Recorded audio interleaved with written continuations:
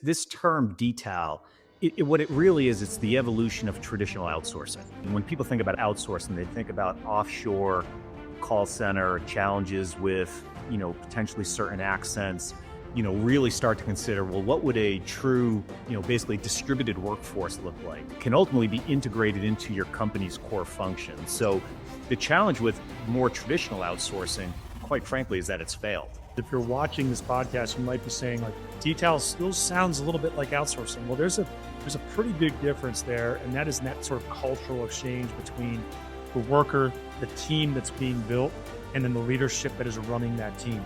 Like, that's the big difference. You are truly building a team. It is an extension of what you are currently doing wherever you're located in a different region, right? And if you find different regions that obviously have lower costs, but equal or equivalent talent levels, that is sort of that golden, that golden opportunity that you're trying to unlock.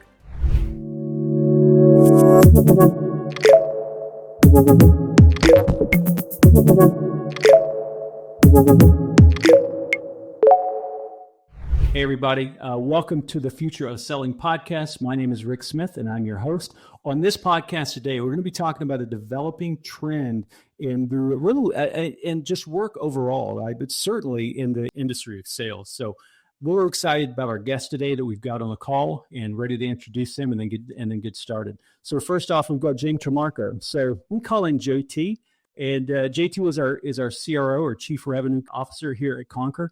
So JT has really deep experience as a CRO. He's worked with startups, he's worked with large enterprise organizations as well, and everything in between.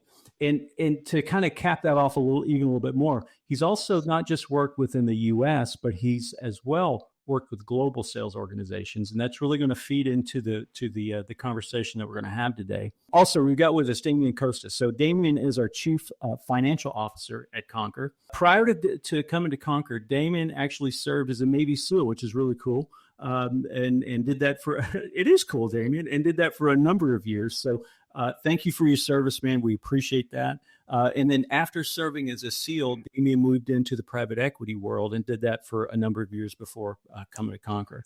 So personally, I'm really glad to be able to work with both of you. I'm glad to be able to call you guys teammates. And as candidly as I can say it, I'm glad to be able to call you guys my friends. So looking forward to a good conversation today.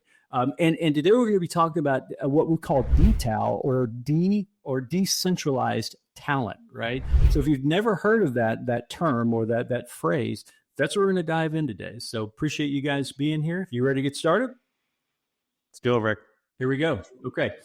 So first off, as we think about decentralized talent, Joe, can you define that for us? What does that mean, decentralized talent? And then maybe also kind of compare that to traditional outsourcing and, offshoring, things like that.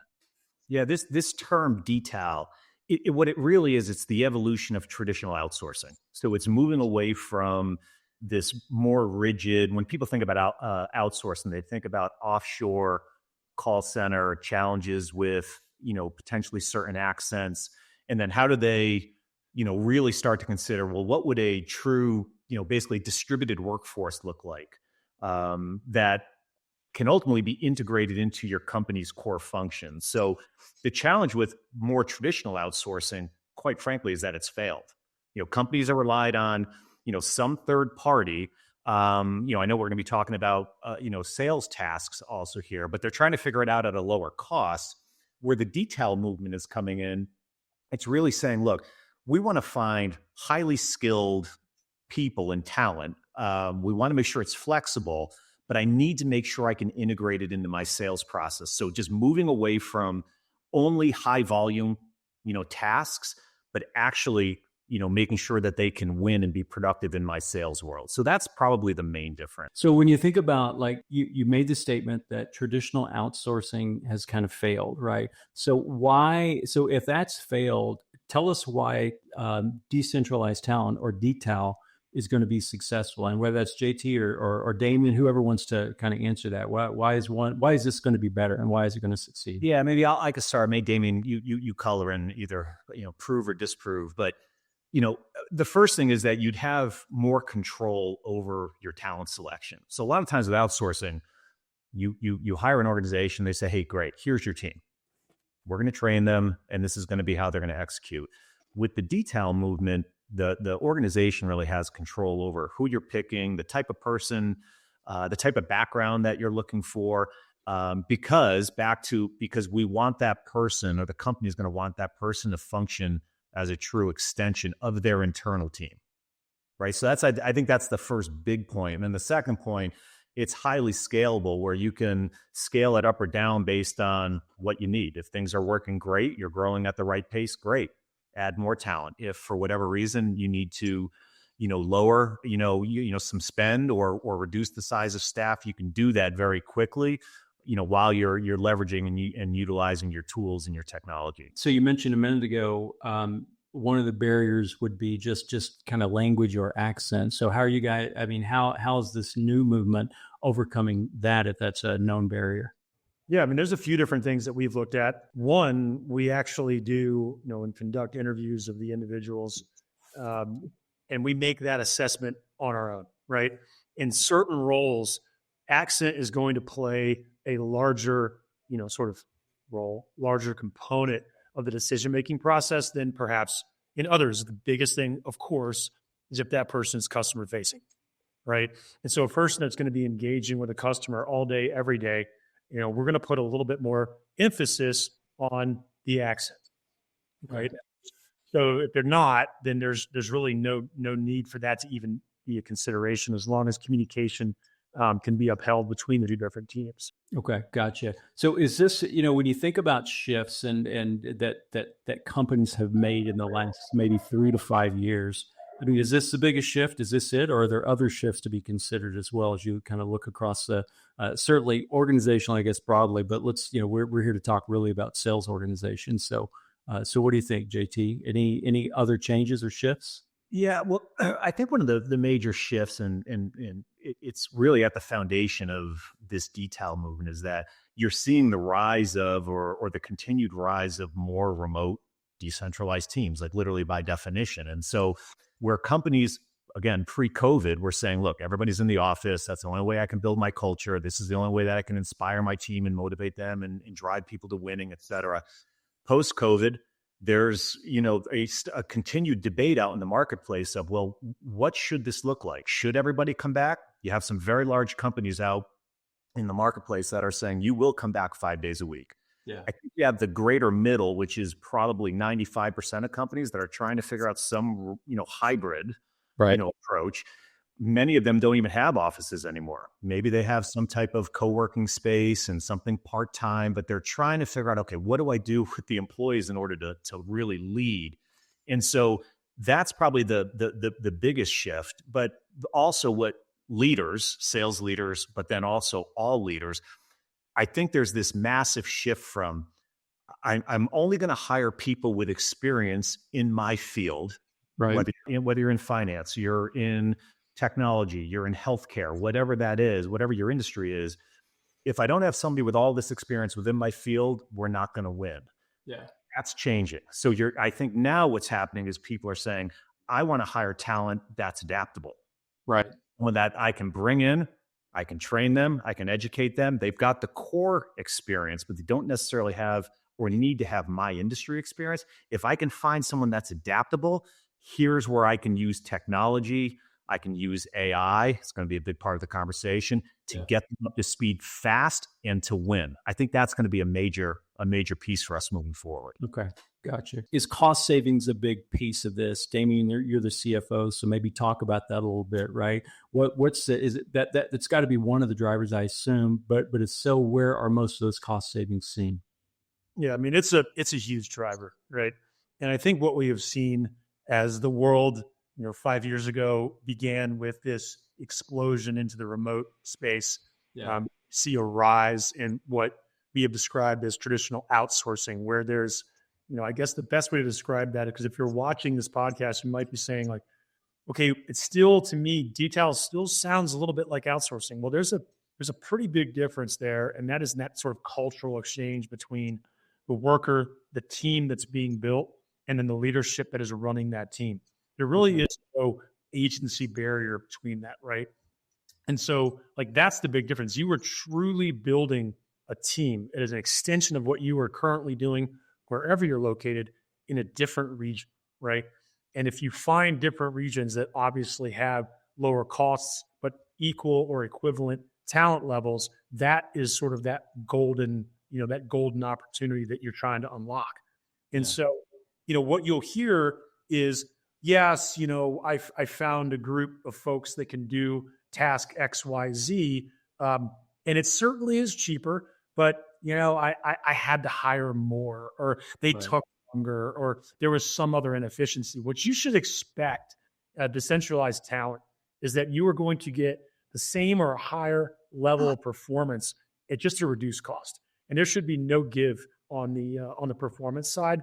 What you should see, however, is a savings that ranges from good to extremely significant, right? Right. And in the case of what Conquer has expanded into in this Balkan region, it's which we can get into a little bit later. I mean, it is really this crazy, unexplored opportunity. I think in many ways, where you're finding this extraordinary talent and an absolutely massive savings, and I just don't think the world's figured that out yet. Yeah. So good point. Yeah. So Conquer, I mean, so we're definitely leaning into this, right? This is like a new product offering for us, which is really, really cool. And we're all excited about it. But talk about, so two things you brought up, Demian. You brought up the fact that we're in an area of the world with this decentralized talent that is kind of unexplored and unknown and untapped. I'd love for you to dig into that a little bit and kind of talk about that. And then the other thing I'd like to talk about is just another point you made, is that the difference is alignment. The difference is the leadership in that, because you're right. Normally you think about outsourcing, right? And you just think, oh yeah, I've got some guy that I talk to and he's got 30 people that work for him and he takes care of them. You're describing a different situation. So first, talk about where we're focused and where the teams are coming from, and then either one of you kind of talk about the alignment with leadership and alignment with the team piece. Well, let's talk about the where, right? Right. The Eastern European theater as a whole has been a wonderful area of rapid growth of talent, very much in the tech space. You're seeing a lot of development work coming out of there over the last decade or so. So it's not that Eastern Europe or that sort of lower cost region of Europe is necessarily unheard of. But when you start getting into the Balkan region, it's just that's where it starts to get a little interesting, right? And so, Yeah.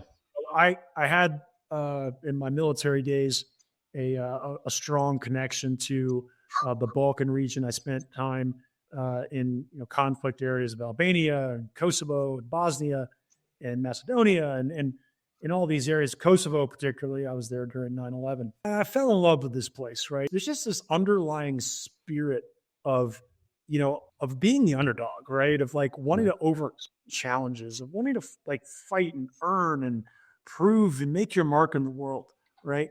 Right. And if you take that mindset, right, and you couple it with a leader like a sales leader like Jim Trimarco, right, like JT on our side, or anyone in an organization that says, look, I can't teach motivation. I can't teach that innate skill that some people have to get up every day and just like grind and want to really make their lives better. I can't teach that, right? What I can teach is how to sell what I have, right? I can teach a sales process, but I need to find someone that wants to learn.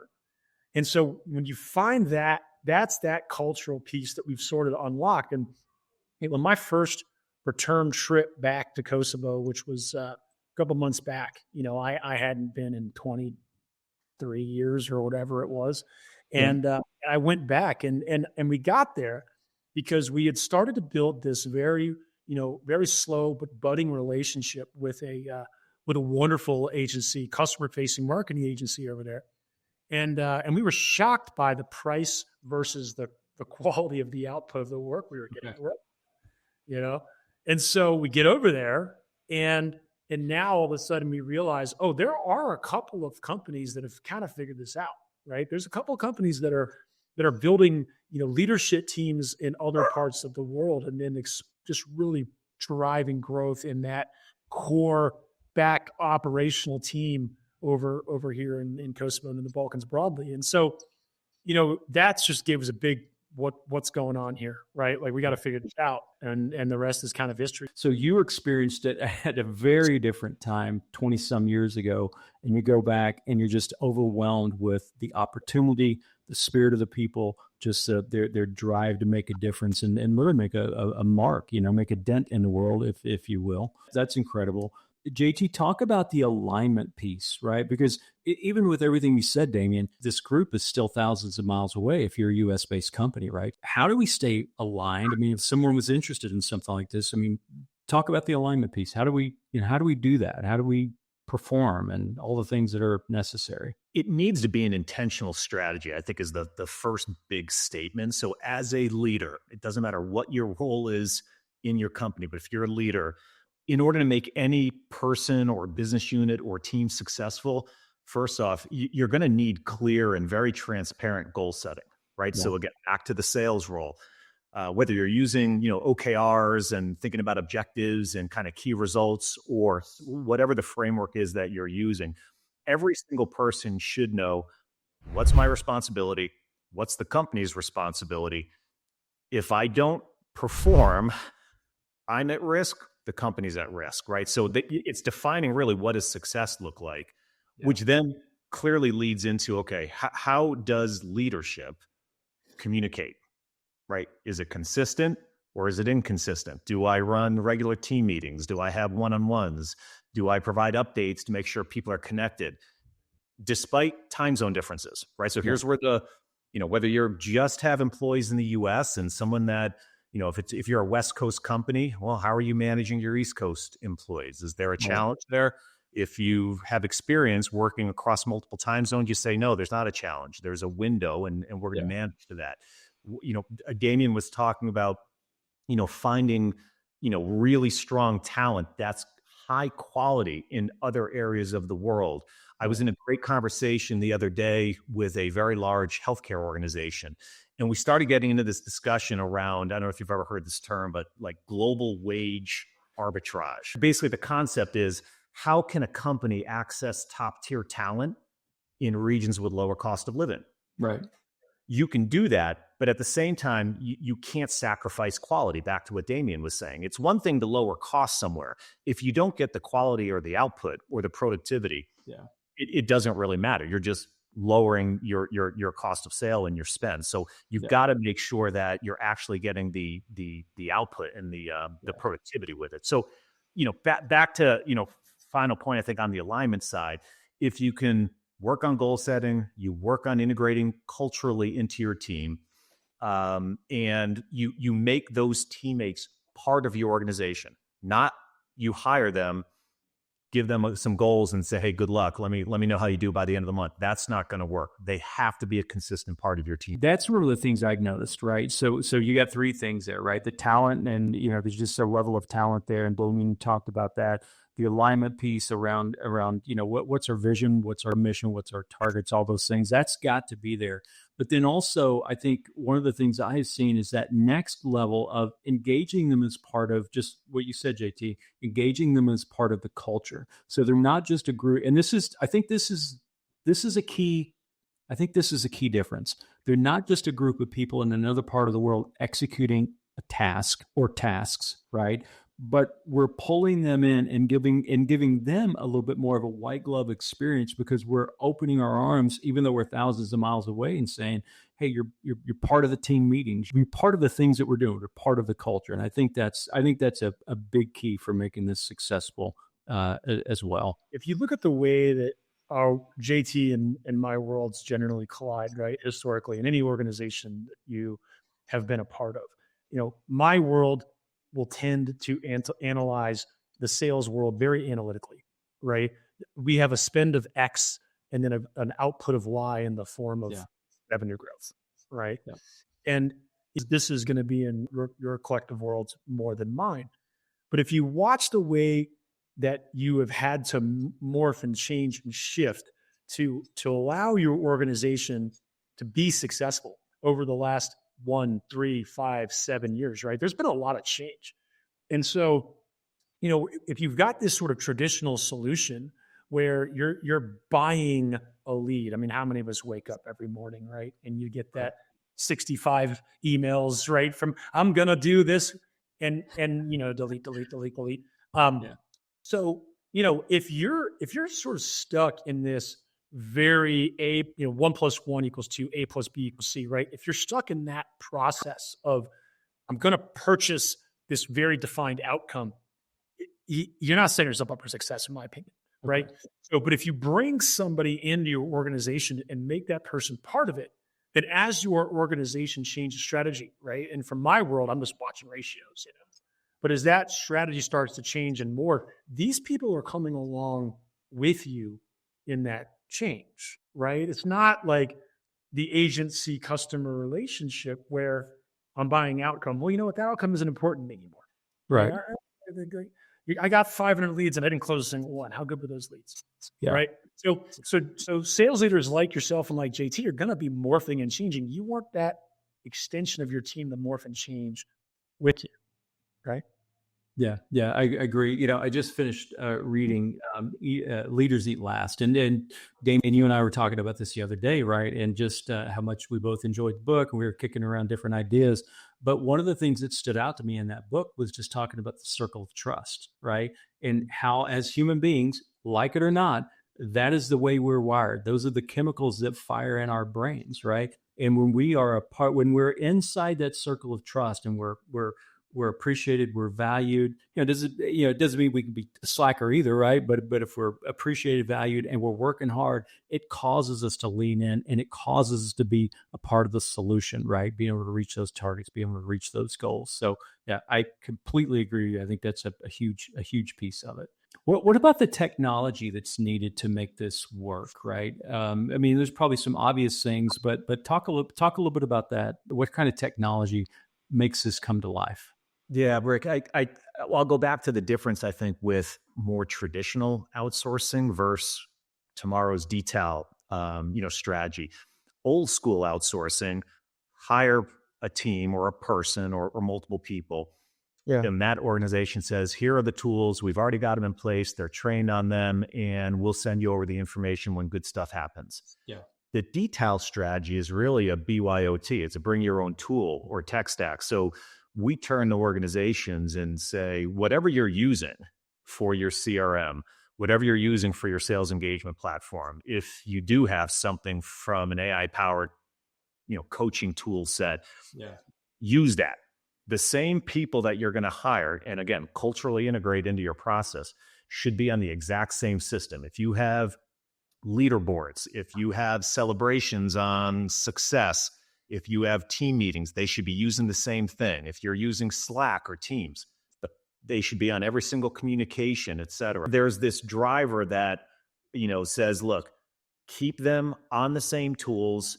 If you're lacking in any one given place, as an example, with Concur, what do we provide? We provide a dialing solution. We provide a cadencing solution. We provide the opportunity to use texting or SMS. There's, again, AI-powered coaching and insights that are associated. So we're excited about the tools that we offer, but we really turn to the market and say, whatever you're using, make sure that's coming to the party. That has to be part of this dance. Do not separate them and them be on a different system, because the second that happens, again, you have a broken process. You have a broken employee relationship. You have a broken, set of results, because if you're the person on the other side, you're saying, listen, I don't have the same access to the same tools that's going to make someone else successful. So I think it's a pretty important piece here. Yeah. And I think that goes back to the really the three pillars. And that's what I'm going to come back to, right? You got to get the right talent. You got to be in a place where you can get the right talent.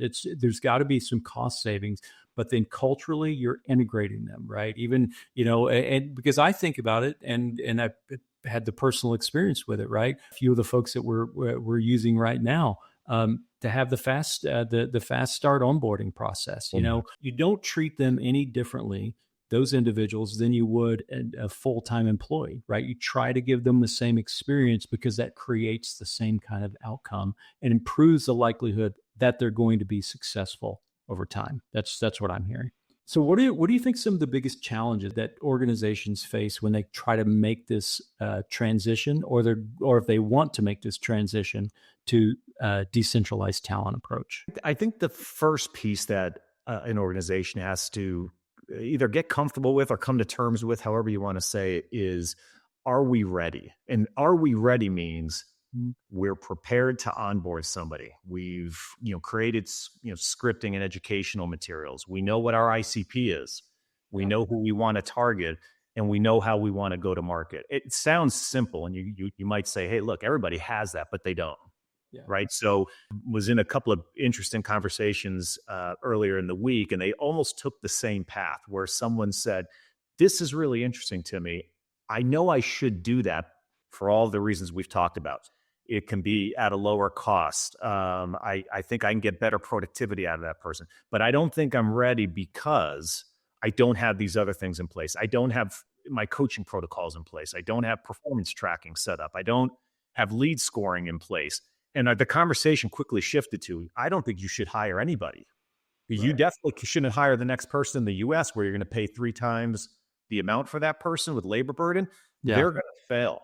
Yeah. In fact, the next person you bring on is probably going to fail. Go build that first. Build your infrastructure first. You can probably do it very quickly. Yeah. Then you'll be ready to think about, quite frankly, building your team, growing your team, and making sure anyone's going to be successful. Right. Got it. Demian, how about you? Point of view kind of on just the challenges that an organization might face in making this kind of transition? Yeah, I mean, I think just double click on what JT said. It's really going to be, where is that organization in their growth, in their sort of life timeline, trajectory, what have you? Are they an early organization, right? Are they building out teams from a very early point in their development, right? Or is this a mature organization that has a current team, a current solution in place, and they're considering a downsizing, a restructuring, a change, alteration? I think, in the past few years, especially in our world, in the software world, we've seen a lot of headwinds in the software as a service industry, right? Just across the board, there's a lot of stuff happening and changing where the good old days of way back in 2020, 2021, we started to see a lot of change, right? And so you might find an organization that's sort of, very mature. And again, if you're mature, then it is you have to be very deliberate about how you think about this. You can't just start throwing bodies at problems, in our opinion, right? But if you are a smaller, growing organization that hasn't yet built these teams out, this is the perfect time for you to really get into decentralized talent and figure it out, because it's going to be harder, obviously, no question, to reverse back from a large organization that's heavily rooted in one area to this sort of model. It's not impossible. It's certainly going to happens every day. It will happen one way or the other because you're going to be forced to. But if you can do it early, hey, less friction. Right. Yeah. Less friction, more flow. That's right, man. Good call, by the way, on that. Thank you for that. Name of the podcast is Future of Selling, right? So as you think about DeTal, decentralized talent, and where it's going from here, right? What do you guys see for the future? What do you think is going to happen with it? There's this undeniable shift that's already happened, right? And it is moving towards, how do I think globally? How do I decentralize? We'll come back to, look, lowering your operating costs continues to be a key component of every conversation. If I can find really strong talent, quality talent that can produce, and I can look at it at 30 to 40% of my spend, in the US, that's a good option. People should be looking at that. There's a study that came out that said, and I think it was more specific to technology, but if your company's not growing at greater than 50% year over year, you can't afford to keep staffing in the US. Right. Wow. Doesn't mean you won't have sales roles in the US. So when you think more like customer facing, someone has to travel, someone has to go sit across the table from somebody in a boardroom, et cetera, of course, that should be a US based staff. But other roles like SDR roles or BDR roles or business development, the normalization of this global work, Yeah. you have to look at it. Yeah. You have to, that person does not need to be, and I think you'd argue should not be in a traditional office setting based in whatever city you're at. Go look at that somewhere else and then use tools. We talked about technology before and where AI is coming in from a sales operation standpoint. Look at those tools and how is automation going to help, basically handle those more administrative type tasks. Right. So sales professionals, whether they're US based or they're somewhere else, can actually focus on the higher value interactions with the prospect or with the customer. If you do those things, that you're going to be not just leaning into, you're going to win with a more global, approach to your business. Right. Gotcha. Demian, anything else to add to that, or good summary? Yeah, no, that's a fantastic summary. I could say it differently using some of my fancy financial acronyms for different metrics that we look at, CAC ratio, et cetera, et cetera. But look, there's no question that pressure is on sales teams today, right? Yeah. It's harder to sell. We're spending more. We're getting less growth. And if you think about this opportunity here in decentralized talent, it actually helps when times are bad, right? When you have strong market headwinds and it is harder to sell. Well, we can reduce our customer acquisition costs by reducing the spend, by reducing the cost of the individuals that are on that sales team. So that's great. Right. But what happens when the tailwinds pick up, right?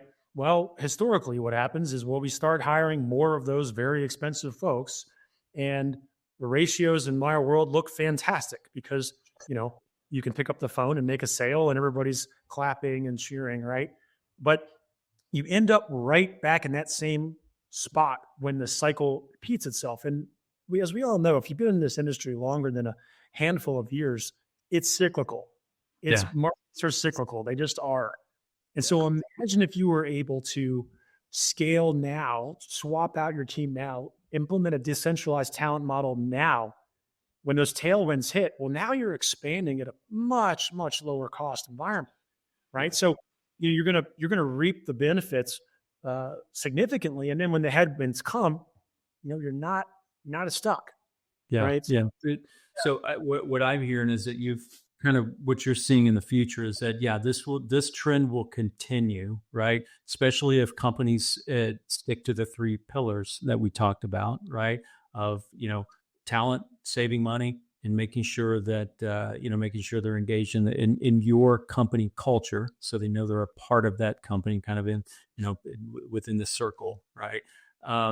And so that's kind of what you see happening. Maybe it's even that there are certain sales roles that will be less U.S. based than they are now as time goes, right? To your point, JT, there's certainly going to be some roles that you got to be U.S. based, or wherever your home base is, right? Wherever that's at, because you got to travel, you got to be across the table. But maybe there's others that just don't need to be, are just as well served through a decentralized talent. So it's awesome. So I always like to end with a couple of takeaways. I try to put myself in the position of, okay, I'm a sales leader. I'm listening to the podcast today. It's intriguing. It's interesting. But what are my three takeaways? What should I be thinking about now? And so I'll kind of put that back to you guys. What are the three takeaways you want anyone listening to this to know and to walk away with? The biggest takeaway is really that this decentralized sales model that we're talking about, it's just not an experiment anymore. Yeah. This is the competitive advantage. And there's a big double line that we're going to draw underneath that. If you don't engage, you're not going to be as efficient as you want to be, right? So you always get into three conversations around, like, how am I going to win? I've got to increase efficiency. How do I access the best talent? Now we're going to say the best global talent, right? And then how do I drive scalable, consistent, another magic word, revenue? That's all anybody's going to care about. Yeah. Can I grow? Can it be consistent? Can I forecast the right way? Right. How do you keep operating costs either in line, or if there's pressure, and the reality is with owners and investors, they're going to say, look, you've got to figure out how to lower your operating costs. At the same time, you've got to figure out how to grow. Well, how are you going to do that? Yeah. this is an opportunity to do that. That's where Demian, myself, and many others, these are all the conversations we're having every single day. Yeah. Like, how do I keep those costs where they are at or lower, yet increase firepower and make sure I have enough action in the field and in the market to make sure I can grow? If you can do that, now you're onto something special. Yeah. Gotcha. Perfect. Demian, anything else? No, look, I mean, I think we've just said it over and over again, right? And if you're not reducing your operational spend right now, well, then you're probably in the very, very vast minority. So everyone is looking to do that.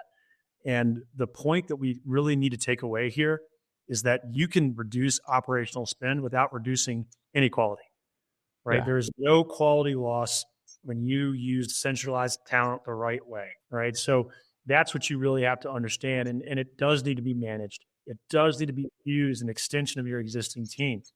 But if managed the right way, there should be no loss in quality, only reduction in cost. So if somebody's interested and wants to talk more about this today, what's the best way for them to get a hold of us, talk to us?